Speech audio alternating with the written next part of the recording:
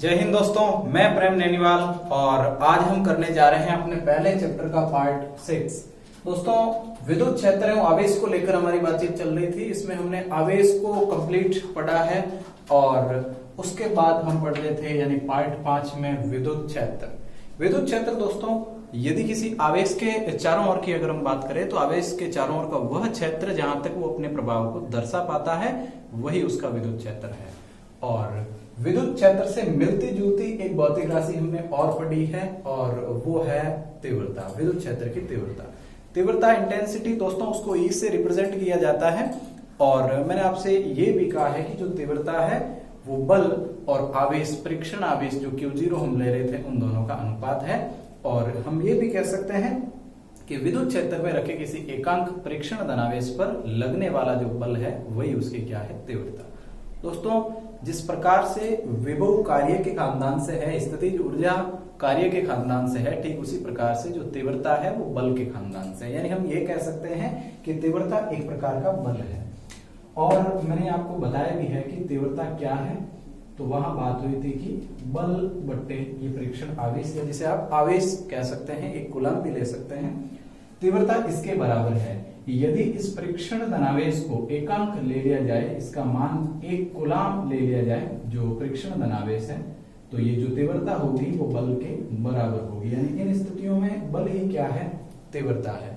तो मैंने आपसे कहा भी है कि तीव्रता बल के खानदान से है, वो एक प्रकार का बल है। अच्छा, जब एकांक इसे ले लिया गया तो हम ये कह देंगे किसी एकांक परीक्षण धनावेश पर लगने वाला बल, अगर वो विद्युत क्षेत्र में रखा है तो एकांक परीक्षण धनावेश पर लगने वाला बल ही उसकी क्या कहलाती है, तीव्रता। और इस तीव्रता के मात्रक के लिए हमने बल का मात्रक और बटे आवेश का मात्रक किया था। विमा के साथ भी हमने यही किया। दोस्तों, आज हम आगे बढ़ते हैं और जैसे तीव्रता हमने एक राशि पढ़ी है, ठीक उसी प्रकार से एक और हम वस्तु या निकाय जिसे हम कह सकते हैं वो पढ़ने जा रहे हैं। और दोस्तों, वो है विद्युत द्विध्रुव। विद्युत द्विध्रुव ये क्या है? आवेश वाला लेसन चल रहा है, आवेशों की ही बात चल रही है, तो हम इसकी ही बात करेंगे। और विद्युत द्विध्रुव ये क्या है? दोस्तों, जब कोई दो आवेश विपरीत जाति के और समान प्रकृति के, यदि समान परिमाण के, तो यदि दो विपरीत आवेश एक दूसरे से अत्यल्प दूरी पर रखे गए हैं तो इस प्रकार से जो निकाय बनता है उस निकाय को हम विद्युत द्विध्रुव कहते हैं। बहुत सिंपल है। कैसे कि यदि दो आवेश, और वो आवेश भी इस प्रकार से ये ले लीजिए, मैंने कहा कि विपरीत जातीय होने चाहिए, यानी एक यदि माइनस है तो दूसरा प्लस होना चाहिए। तो इस प्रकार दो आवेश आपने लिए हैं, एक माइनस का है और एक प्लस का है। यदि इन दोनों आवेशों को अत्यल्प दूरी पर रखा जाए, अत्यल्प दूरी से मेरा मतलब है कि नाभिकीय परास, यदि इनको बहुत कम दूरी पर रख दिया जाए जहां से इन्हें इनका अलग अलग निर्धारण कर पाना भी हमारे लिए कठिन हो, अगर इतने नजदीक इन्हें रख दिए जाए तो इस प्रकार से ये जो कॉम्बिनेशन बना है, ये निकाय जो बना है, ये निकाय दोस्तों द्विध्रुव कहलाता है। इनकी बीच की जो दूरी है वो अत्यल्प होनी चाहिए, पहली शर्त तो ये है। और दूसरी शर्त यह है कि ये दोनों विपरीत जातीय होने चाहिए। तो इसके लिए हम ये लिखेंगे कि जब दो समान परिमाण व विपरीत प्रकृति, ये बात आपको ध्यान रखनी है, समान परिमाण व विपरीत प्रकृति के आवेश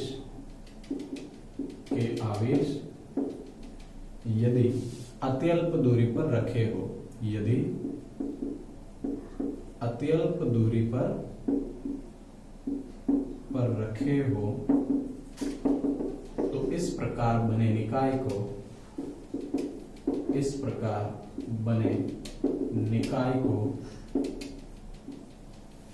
को हम विद्युत द्विध्रुव कहते हैं। विद्युत द्विध्रुव, द्वि का मतलब दो हो जाता है और ध्रुव का मतलब तो ध्रुव ही है, तो विद्युत द्विध्रुव कहलाता है। ये बात है इस द्विध्रुव के लिए। लेकिन मैंने कहा कि दूरी अत्यल्प होनी चाहिए। ये जो अत्यल्प दूरी है, अक्सर हम मानते आए हैं कि दो आवेशों के मध्य जो बल कार्य करता है उस समय, यानी कि कूलॉम के नियम में उन आवेशों के जो बीच की दूरी है वो हमने वहां पे आर लिया है। लेकिन या स्थिति अलग है। हालांकि आप मान सकते हैं कि बीच की जो दूरी है वो r होगी, लेकिन यदि आप इसे r मान के चलते हैं तो जब हम बड़ी गणनाएं करेंगे, जब बड़ी कैलकुलेशन होगी तो उस समय ये थोड़ा सा ज्यादा हो जाएगा और हमें कैलकुलेशन ज्यादा करनी पड़ेगी। दोस्तों ये दूरी आप क्यों ना 2a लेकर चलिए, 2a, ताकि जब भी इसे दो भागों में बांटने की बारी आए तो हम a प्लस a कह के इसे निपटा दें। यदि आप इसे r मान के चलोगे तो दो भागों में बांटने के लिए r/2 और r/2 आपको करना पड़ेगा, जो कि एक भिन्न बन चुकी होगी और गणना में ये आड़े आएगी। तो इसलिए आप क्या करें कि दोनों आवेशों के बीच की दूरी, द्विध्रुव जो बन रहा है उसमें जो दो आवेश रखे हैं उनके बीच की जो दूरी है उसको 2a मान के चलिए, ताकि जब भी हम बांटे तो a प्लस a हो जाए और जो गणना है, कैलकुलेशन जो है वो आसान हो जाए। तो दोस्तों मैंने द्विध्रुव की बात की है। दो समान परिमाण व विपरीत प्रकृति के आवेश यदि अत्यल्प दूरी पर रखे हो तो इस प्रकार बने निकाय, इस प्रकार से बना निकाय द्विध्रुव कहलाता है या विद्युत द्विध्रुव कहलाता है। तो ये बात है द्विध्रुव के लिए। दोस्तों आगे बढ़ने से पहले मैं एक और भौतिक राशि आपको बताना चाहता हूँ, और वो भौतिक राशि हमारे पास है और महत्वपूर्ण भी है। इसके लिए जरूरत पड़ेगी, यानी द्विध्रुव अगर आपको कहीं चाहिए, किसी द्विध्रुव के कारण आप कहीं तीव्रता ज्ञात करना चाह रहे हैं किसी बिंदु पर, तो ये राशि आपको जरूर चाहिए होगी। और मैं बात कर रहा हूं फिलहाल विद्युत द्विध्रुव आघूर्ण की, विद्युत द्विध्रुव आघूर्ण, द्विध्रुव आघूर्ण। दोस्तों जब भी बल आघूर्ण ऐसा कुछ लगता है, बल आघूर्ण जैसे कि उसे हम टॉ से रिप्रेजेंट करेंगे और इस चैप्टर में उसकी भी हम बात करेंगे, लेकिन फिलहाल के लिए विद्युत द्विध्रुव आघूर्ण, और इस विद्युत द्विध्रुव आघूर्ण को रिप्रेजेंट करने के लिए हम P का सहारा लेते हैं। इसे P से दर्शाया जाएगा, साथ ही इसका एक फॉर्मूला होगा। विद्युत द्विध्रुव आघूर्ण का एक फॉर्मूला है जो मैं यहाँ पे लिखने जा रहा हूँ, और बस उसी फॉर्मूले से आपको इसकी परिभाषा भी ध्यान रखनी है। विद्युत द्विध्रुव आघूर्ण, विद्युत द्विध्रुव आघूर्ण P इज इक्वल टू एक आवेश का परिमाण। हमें पता है कि द्विध्रुव में दो आवेश होते हैं, किसी भी एक आवेश का परिमाण आप लेके चल सकते हैं। तो एक आवेश का परिमाण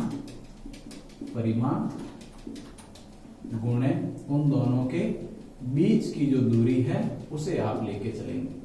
यदि किसी एक आवेश के परिमाण को बीच की दूरी से गुणा किया जाए तो वहां बनता है द्विध्रुव आघूर्ण, और वो राशि द्विध्रुव आघूर्ण कहलाती है, मैंने आपको बताया।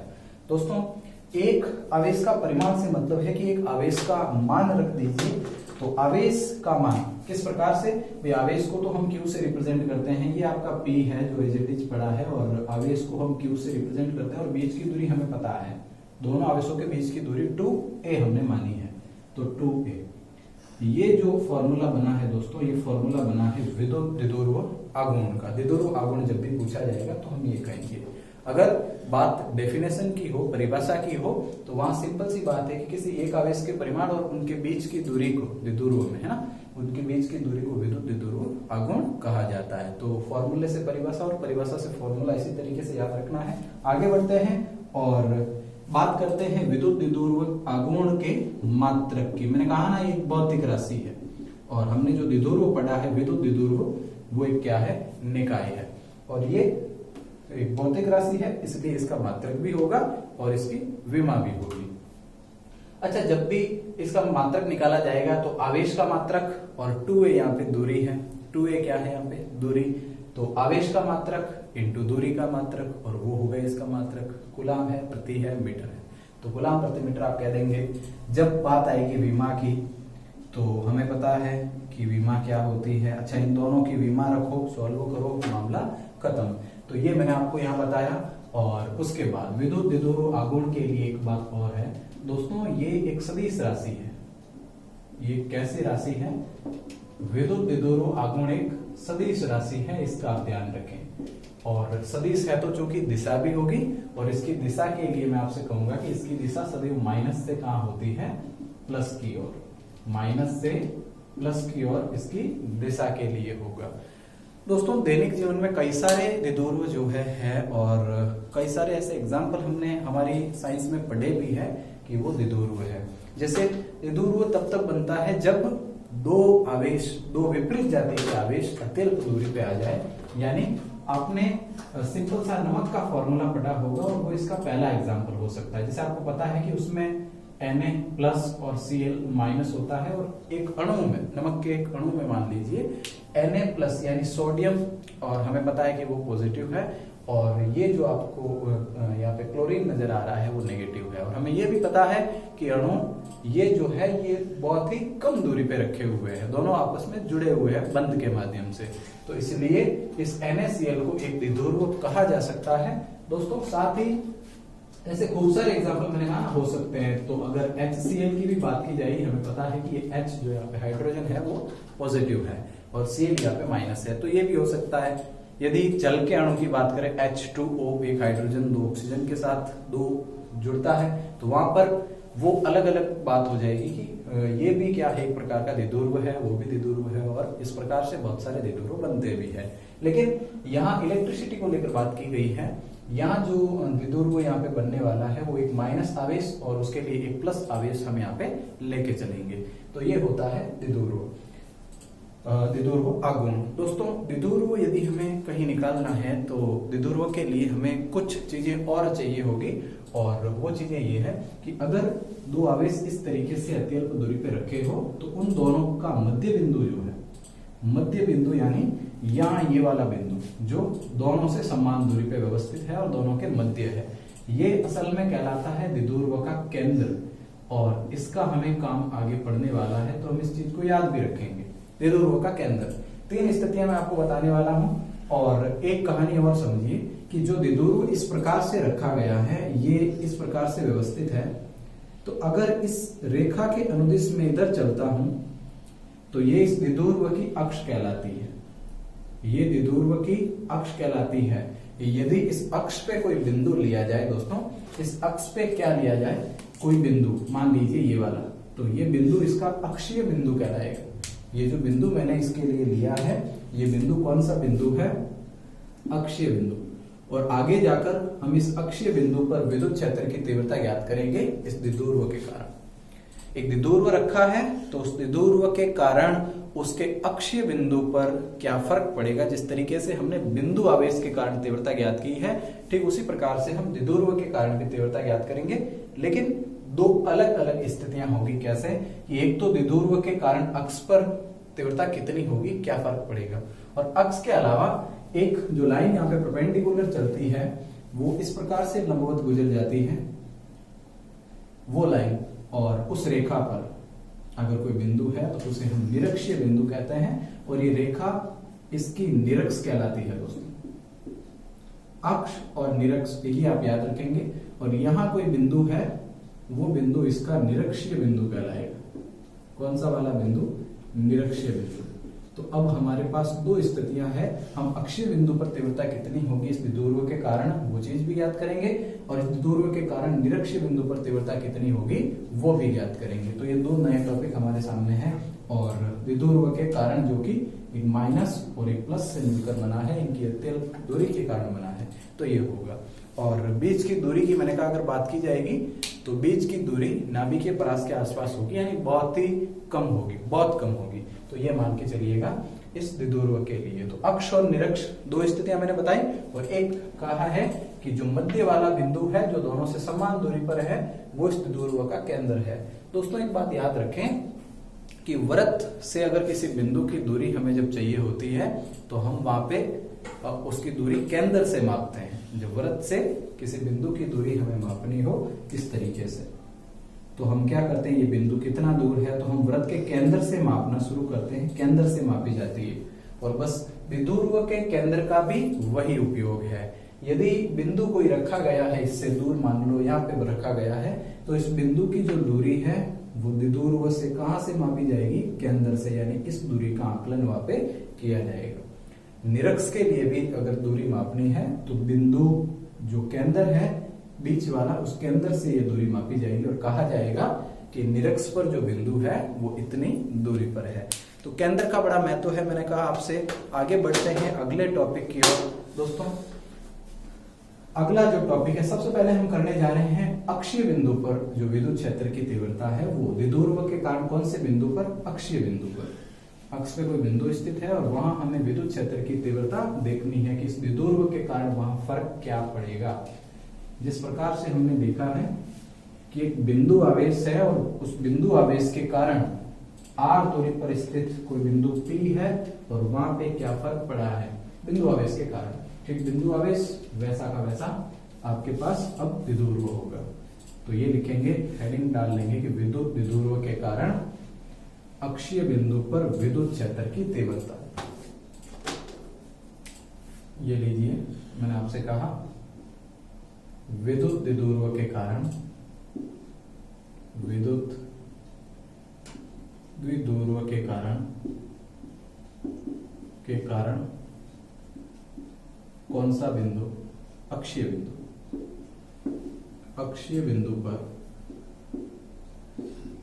विद्युत क्षेत्र की तीव्रता।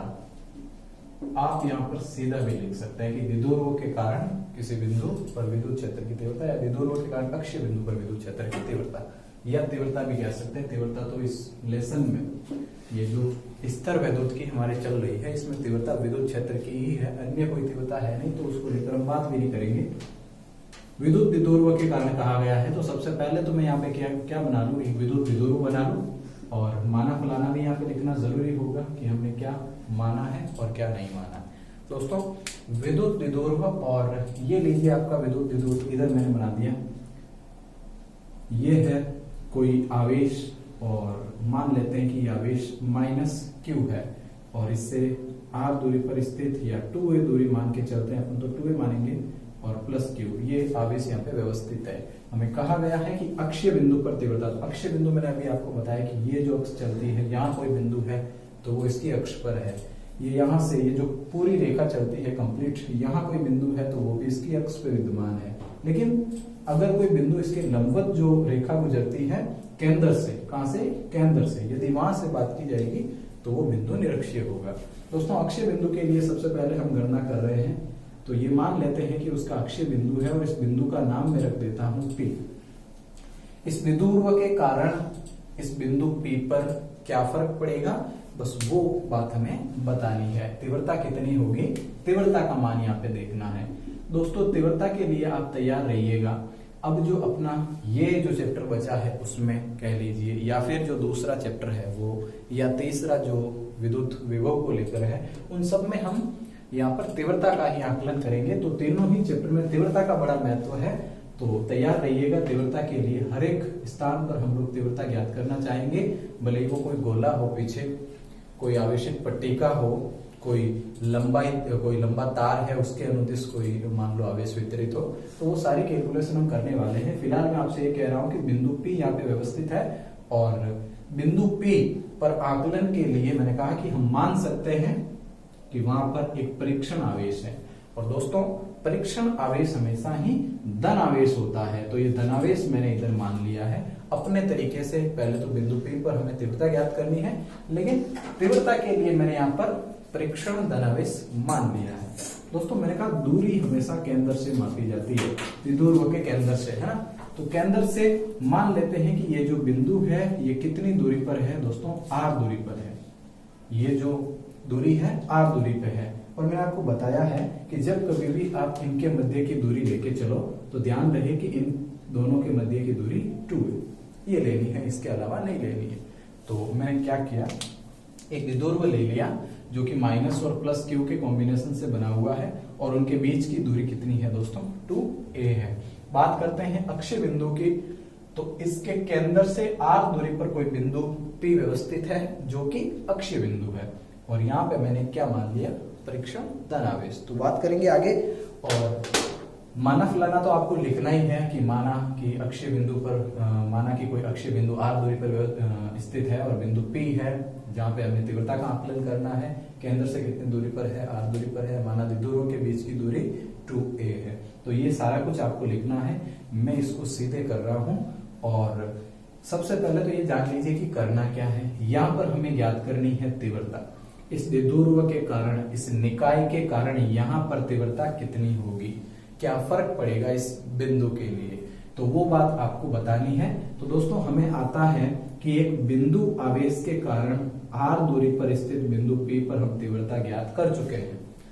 एक आवेश के कारण यहां पर तीव्रता कितनी होगी, एक बिंदु आवेश के कारण बिंदु P पर तीव्रता कितनी होगी, वो बात हम बता चुके हैं आपको और पिछले वीडियो में। और वो तीव्रता E इज इक्वल टू कितनी आई थी, KQ/R का स्क्वायर, तीव्रता ये थी।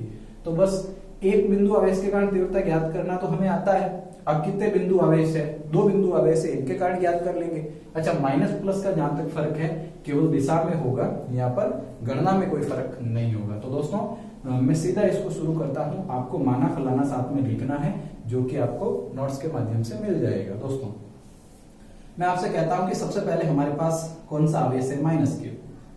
तो ऐसा लिखेंगे कि ये बिंदु A है और ये बिंदु B है, ताकि और थोड़ी सी आसानी हो जाए। लीजिए मैं आपसे कहता हूं कि बिंदु A पर स्थित -Q आवेश के कारण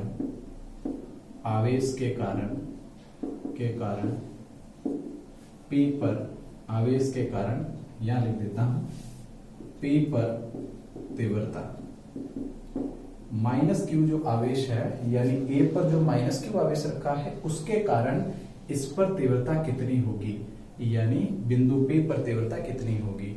हम जानते हैं तीव्रता का फॉर्मूला, और वो तीव्रता का फॉर्मूला है E is equal to KQ/R का स्क्वायर, KQ/R का स्क्वायर। दोस्तों इसके कारण इस पर तीव्रता और फिर इसके कारण इस पर तीव्रता, हमें दो तीव्रताएं ज्ञात करनी है। दोनों में जरा अंतर करने के लिए मैं इसको कह दूं E1, जो कि हमारे पास इतना प्राप्त हुआ है। दोस्तों E1 इतना मिला है, आपको पता है कि यहाँ पे R किसको बताता है, दूरी को, और ये दूरी कौन सी है, हमने बिंदु आवेश लिया था, बिंदु आवेश के कारण P पर तीव्रता, तो दूरी इस आवेश से इसकी दूरी कितनी है। फिलहाल हम A पर जो -Q आवेश रखा है उसके कारण यहाँ पर तीव्रता ज्ञात कर रहे हैं। तो दूरी दोस्तों कौन सी काम आएगी, ना तो ये R काम आएगी और ना इसके बीच की 2A काम आएगी। हमें पता है कि इन दोनों के बीच की दूरी 2A है, मतलब ये भी A और ये भी कितनी A और A 2A। मैंने दो भागों में बांट दिया, इसको कहा भी था आपको, तो A और A। लेकिन मैंने आपसे कहा कि हम A पर स्थित जो -Q आवेश है ये वाला, इसके कारण यहाँ पर तीव्रता ज्ञात कर रहे हैं, तो दूरी इन दोनों के बीच की काम आएगी। तो हमें पता है कि यहां से यहां तक की दूरी तो R है, और रही बात यहां से यहां तक, वो है A, तो R प्लस A, यानी दूरी जो है वो R प्लस A होगी, और R प्लस A का क्या कहा जा रहा है, स्क्वायर कहा जा रहा है। तो तीव्रता जो पहली होगी वो इतनी होगी, मैं इसे समीकरण 1 कह दूंगा।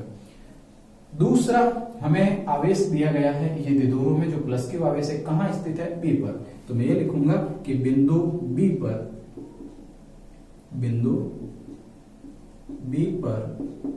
स्थित +Q आवेश के कारण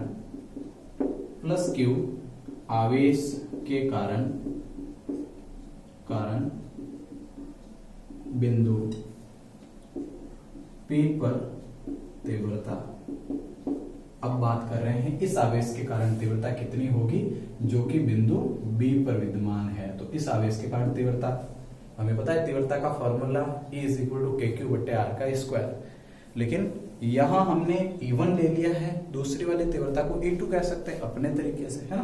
तो E2 और E2 इज इक्वल टू, हमें पता है कि KQ/R का स्क्वायर, बार बार नहीं लिखना है लेकिन मैं आपको समझाने के तरीके से लिख रहा हूं। हमें पता है KQ/R का स्क्वायर, R। अब दूरी इस आवेश के कारण इस पर ज्ञात कर रहे थे, तो दूरी ये कंप्लीट काम आई थी। अब इसके कारण इस पर ज्ञात कर रहे हैं, तो दूरी ये वाली काम आएगी। हमें पता है कि यहां से यहां तक R है, यहां से यहां तक A है, तो क्या इस R में से ये A घटाने के बाद मेरे को ये दूरी मिल जाएगी, बिल्कुल मिल जाएगी, यही तो चाहिए। तो ये दूरी R में से A घटाने पर प्राप्त हुई है, तो R माइनस A का क्या हो जाएगा दोस्तों, स्क्वायर, क्योंकि दूरी का स्क्वायर कहा गया है। और ये जो आपके पास है ये है समीकरण कौन सी, 2, हम इसे 2 मान के चल रहे हैं। अब देखिएगा, इसको आगे सॉल्व करने के लिए हमें 1 और 2 यानी तीव्रताएं दोनों मिल गई है। दोस्तों तीव्रताएं दोनों मिल गई है, तो हमें इन दोनों तीव्रताओं की परिणामी निकालना पड़ेगा। कौन सी तीव्रता, परिणामी तीव्रता। और उस परिणामी तीव्रता के लिए हम वापस से एक बार पीछे की ओर बढ़ेंगे, और परिणामी तीव्रता निकालने के लिए आपको पता मैंने सिखाया भी है कि परिणामी बल या परिणामी तीव्रता निकालते हैं तो दोनों यदि समान दिशा में है तो उन्हें हम जोड़ते हैं, यदि वो विपरीत दिशा में है तो हम उन्हें घटाकर अपना काम करते हैं, और यदि उन दोनों के मध्य कोण थीटा है तो हम अपने थीटा वाला फॉर्मूला यानी कि एफ या ई जो भी आप ज्ञात कर रहे हैं परिणामी तीव्रता के लिए, तो E net is equal to root और A square plus B square plus 2ab cos theta, अगर उनके बीच का कोण थीटा है तो। और यदि थीटा भी नहीं दे रखा है और दोनों तीव्रताओं की दिशा अलग अलग है तो हम अपना काम घटक मान के करते हैं साइन में और कॉस में। लेकिन इतना लंबा यहाँ पे है नहीं, आप जरा सा ध्यान दें कि पहली जो तीव्रता है, पहली तीव्रता हमने इसके कारण इस पर ज्ञात की है।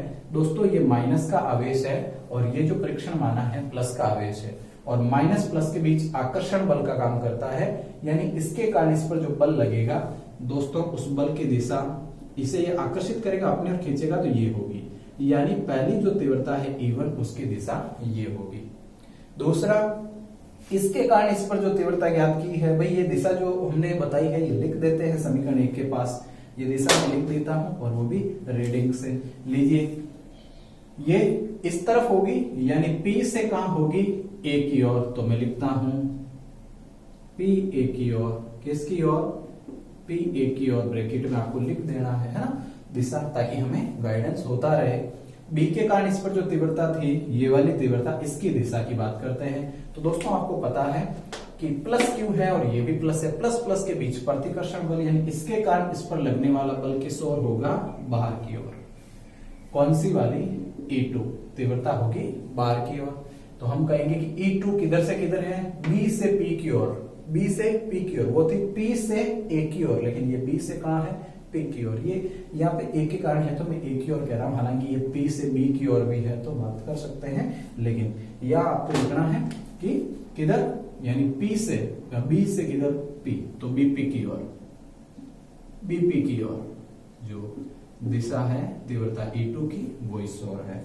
दोस्तों अगर आप दोनों को देखें तो दोनों विपरीत दिशा में है, तीव्रता E1 की दिशा ये है और तीव्रता E2 की दिशा वो है। जब दोनों विपरीत दिशा में हो तो परिणामी के लिए हम घटाकर अपना काम करते हैं, यानी E नेट जो होगी, जो तीव्रता होगी वो बड़े में से छोटे E2 में से E1 को आपको क्या करना पड़ेगा, घटाना होगा। तो ये कैलकुलेशन आपको यहाँ पे करनी है।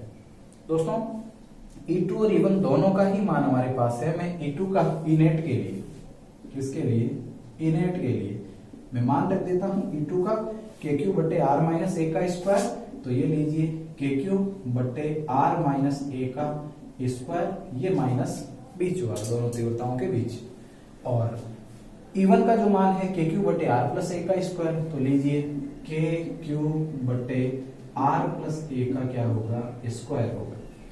ये हमने बात की है। दोस्तों इन दोनों को जोड़ने के लिए यहाँ KQ दोनों में कॉमन है, तो E नेट अब केवल कैलकुलेशन है, KQ को मैंने बाहर लिया और 1 अपॉन R माइनस A का स्क्वायर हुआ minus 1 upon R plus A का स्क्वायर हुआ, और ये मैंने ब्रैकेट बंद कर दिया।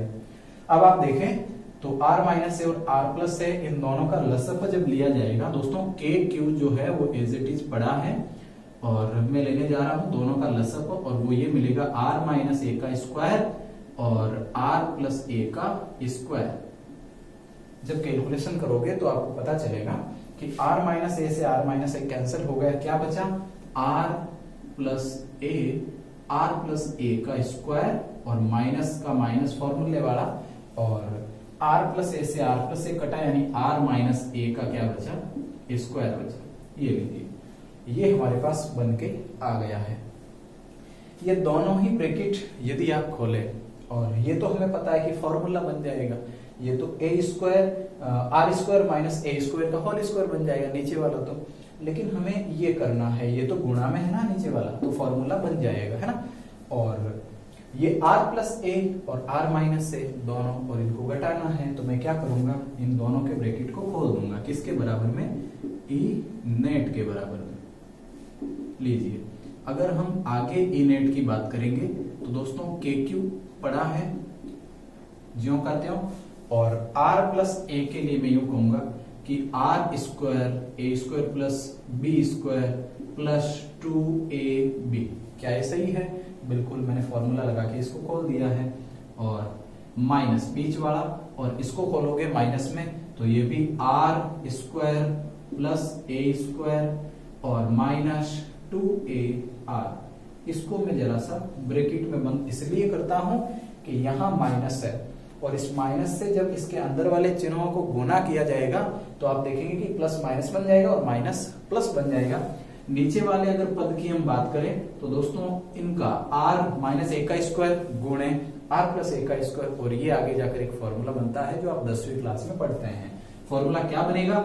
r का स्क्वायर माइनस ए का स्क्वायर का होल स्क्वायर। ये फॉर्मूला बन गया है।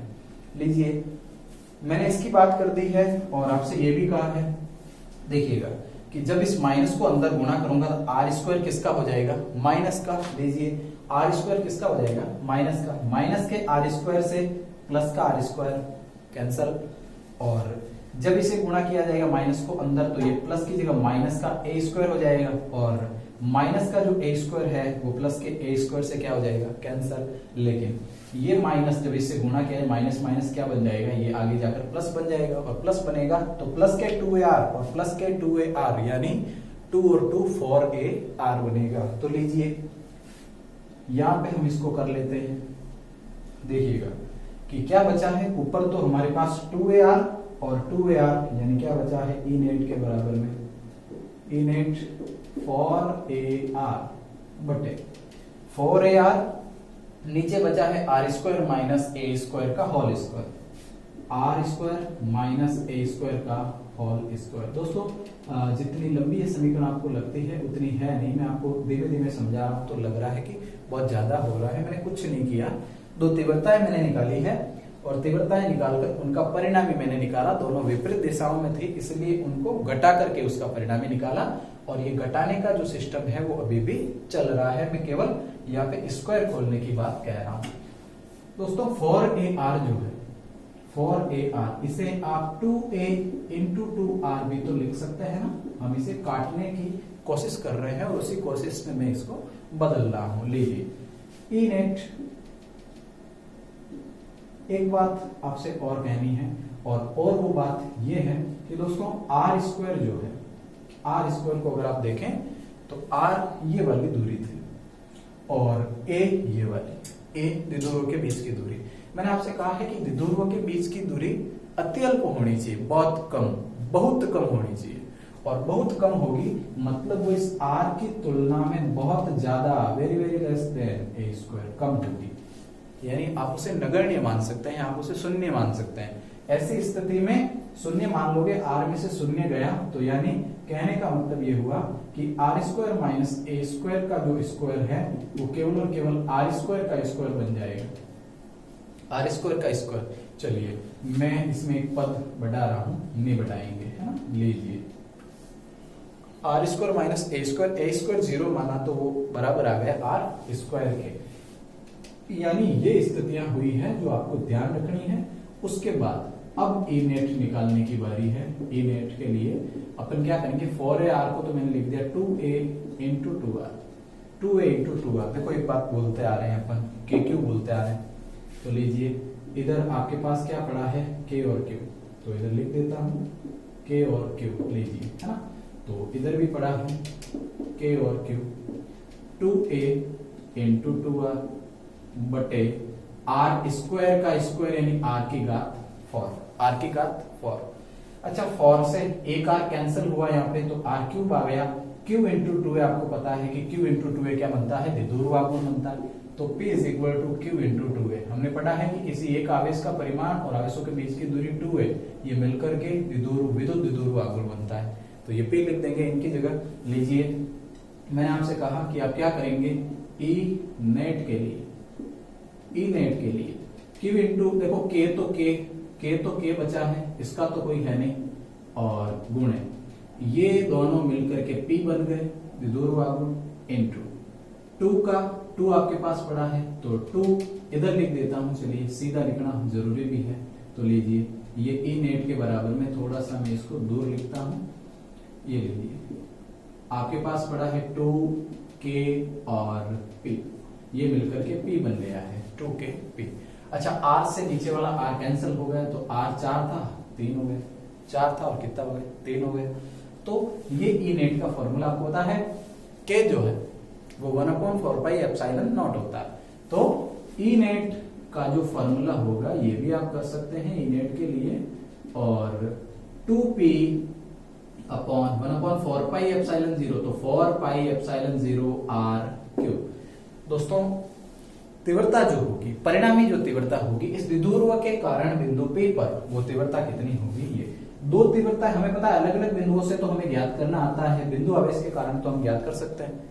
तो बिंदु आवेश के कारण ज्ञात कर सकते हो, तो दो बिंदु ही तो है यहाँ पे, बिंदु आवेश ही तो है, अलग अलग उनके कारण ज्ञात कर लीजिए, फिर उन्हें जोड़ दीजिए, जोड़ने का मतलब उनका परिणामी निकाल लीजिए। और परिणामी विपरीत दिशा में है तो जोड़ना नहीं बल्कि घटाना है। दोनों को घटाया, मैंने स्क्वायर इनका खोला, इन दोनों का लसप लिया, स्क्वायर खोला, और ये चीज मैंने यहाँ पे नहीं की है इस कैलकुलेशन को आसान करने के लिए। देखो अगर ये नहीं करता तो आपको पता कैसे चलता है कि 2a और q का जो गुणा है वो p है, क्योंकि यहाँ पर जो 2a है वो मेरे को निकालना आवश्यक था, तो वो मैंने निकाला, और इन दोनों के कॉम्बिनेशन को मैंने कह दिया कि वो p है, और साथ ही k का मान मैंने रख दिया 1/4πε0, जो कि आपको बता चुके हैं। तो ये फॉर्मूला होगा किस बिंदु पर? अक्षीय बिंदु पर। तो किसी भी द्विध्रुव के कारण अक्षीय बिंदु पर जो तीव्रता का मान है वो हम निकाल चुके हैं, या लिख देते हैं कि कौन से बिंदु पर? अक्षीय बिंदु पर। कौन से बिंदु पर? अक्षीय बिंदु पर जो तीव्रता का मान है वो दोस्तों ये आने वाला है। अगर आप यहाँ ध्यान से देखें तो आपको पता चलेगा कि जो तीव्रता है वो व्युत्क्रमानुपाती है r³ के, r³ के व्युत्क्रमानुपाती है। ये बात मैं यहाँ पे लिखने जा रहा हूं, वहां लिख देते हैं। चलो आपको पता चला है अभी अभी कि जो परिणामी तीव्रता है यानी कि ई नेट जो है वो व्युत्क्रमानुपाती है। अगर आप देखें तो r³ के r³ हर में है ना, तो व्युत्क्रमानुपाती है। मतलब साफ है कि यदि इनके बीच की दूरी को बढ़ाया जाएगा तो तीव्रता जो है वो घट जाएगी। यदि इनके बीच की दूरी को बढ़ाया जाएगा तो तीव्रता घट जाएगी, और यदि इसे घटाया गया तो तीव्रता बढ़ जाएगी। मतलब ये दूरी जो r है वो जितनी ज्यादा होगी उतनी ही तीव्रता कम होगी। दूर है तो बल कम लगेगा, तीव्रता कम होगी, बिल्कुल बात ये तय है। लेकिन जो ये फॉर्मूला है दोस्तों ध्यान रखें, आप इसका स्क्रीनशॉट ले सकते हैं और अपने तरीके से आप लोग सॉल्व इसे जरूर करें और बार बार प्रैक्टिस भी करें। हालांकि मैंने कहा कि बहुत छोटी सी गणना है जिसे आप कह सकते हैं, और तीव्रता के लिए दोनों तीव्रता निकाल करके परिणामी निकाला है और कुछ नहीं है। दोस्तों किसी भी डेरिवेशन को रटने से ज्यादा अच्छा है कि आप उसके कॉन्सेप्ट को समझें। आप ये याद रखें, हाँ याद रखना है आपको, लेकिन डेरिवेशन को याद नहीं रखना है, उनके कॉन्सेप्ट को याद रखना है कि यहाँ पे क्या है। जैसे जब भी मेरे को अक्षीय बिंदुओं के कारण विद्युत क्षेत्र की तीव्रता ध्यान रखनी होगी, याद करनी होगी, तो मैं इसको प्रत्येक पद को याद नहीं करूंगा, बल्कि याद करने के लिए ये कहेंगे कि दोनों तीव्रता इसके कारण अलग अलग निकाली, और दोनों तीव्रताओं को परिणामी घटा करके निकाला, और विद्युत द्विध्रुवागुण का मान रखा। बस ये लाइन अगर आप याद रखते हो तो आपको ये डेरिवेशन बड़ी आसानी से याद हो जाएगी। हर प्रत्येक डेरिवेशन के लिए हमें ऐसा ही करना है, हम पूरा रट तो नहीं सकते ना। तो इसलिए ज्यादातर आप क्या करें कि अपनी कॉपी पेन में ज्यादातर कॉपी लेके बैठे और कॉपी में आप क्या करें, इनको मिलाएं ज्यादा से ज्यादा। तो प्रैक्टिस होने से आपकी एक तो कैलकुलेशन मजबूत होगी, आप कैलकुलेशन बड़ी आसानी से और कम टाइम में आप कर सकते हैं। तो इस बात का विशेष ध्यान रखें कि इनको बार बार मिलाए, बार बार अगर आप इसे रिकेप करते हो, रिवाइज करते हो, तो ये आपको बड़ी आसानी से याद होगी। तो दोस्तों आज के इस वीडियो सेशन के लिए इतना ही। मिलेंगे एक नए टॉपिक के साथ और एक नए वीडियो में। तब तक के लिए दोस्तों पढ़ते रहें। धन्यवाद।